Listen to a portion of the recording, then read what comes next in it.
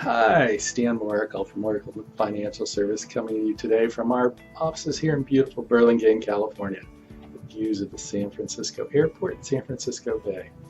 Today I just want to talk briefly about, and I'd referenced this in an earlier video, and this one's from the Department of Labor, and it talks about understanding retirement plan fees and expenses.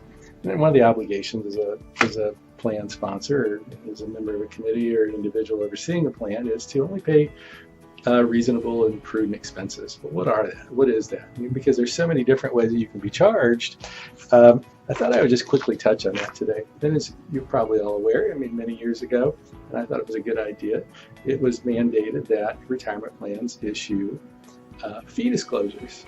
Well, in principle, that was a great idea. In practice, I've seen fee disclosures that are as long as 17 pages. So from a practical point of view, I'm not sure if that improved understanding or made fees further confusing. So I'll just touch on a few things today. Again, the idea behind this is we always want to just talk to you about a few things we're thinking about at the time we're thinking about them. But if you'd like to talk about them in more detail, I'd love to chat with you at your convenience. But I just want to talk about a couple things. So obviously, as you all well know, your retirement plan has a lot of services associated with it. There's print materials that oftentimes many of your employees get, and sometimes we work with employers where we need bilingual print materials. Obviously, that all costs money.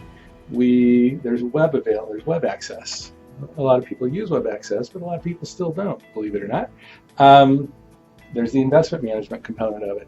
People are using different types of investments. We've got the administration, testing, all of those things that require people to interact with your plan, and they're obligated in one way or another for the function of the plan. And obviously, it all costs money for the plan to operate.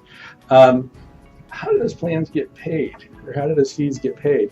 And I'm going to reference an article. Actually, this one's from a major record keeper, and this was just published just a few months ago, actually.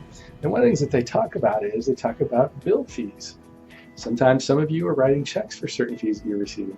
Some of you there's asset fees. There's fees that are a percentage of the assets under management. And typically, oftentimes, those will come right out of a participant, including you as a plan sponsor, whether you're a member of the committee or whatever your role might be. Those asset-based fees are coming right out of your account. And you're not getting a bill notifying you that those assets are coming out. There's deducted fees. I recently met with a plan sponsor. I mean, it was with a major record keeper. They'd been with them for a number of years, but there were account fees, asset fees, etc.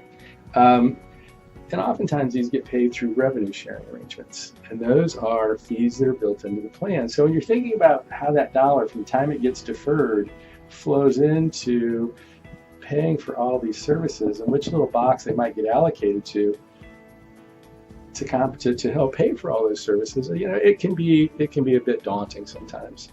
So if you'd like to talk to us about it in more detail, I'd love to help you sort through it and make sure that your fee arrangement's accurate, your fee are accurate in addition to being accurate, but more importantly that it's reasonable for your plan size, number of participants, etc.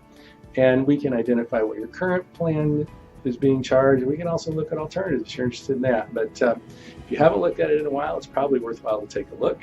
I'd love to chat with you at your convenience. So thanks for your time today, and I look forward to speaking with you soon.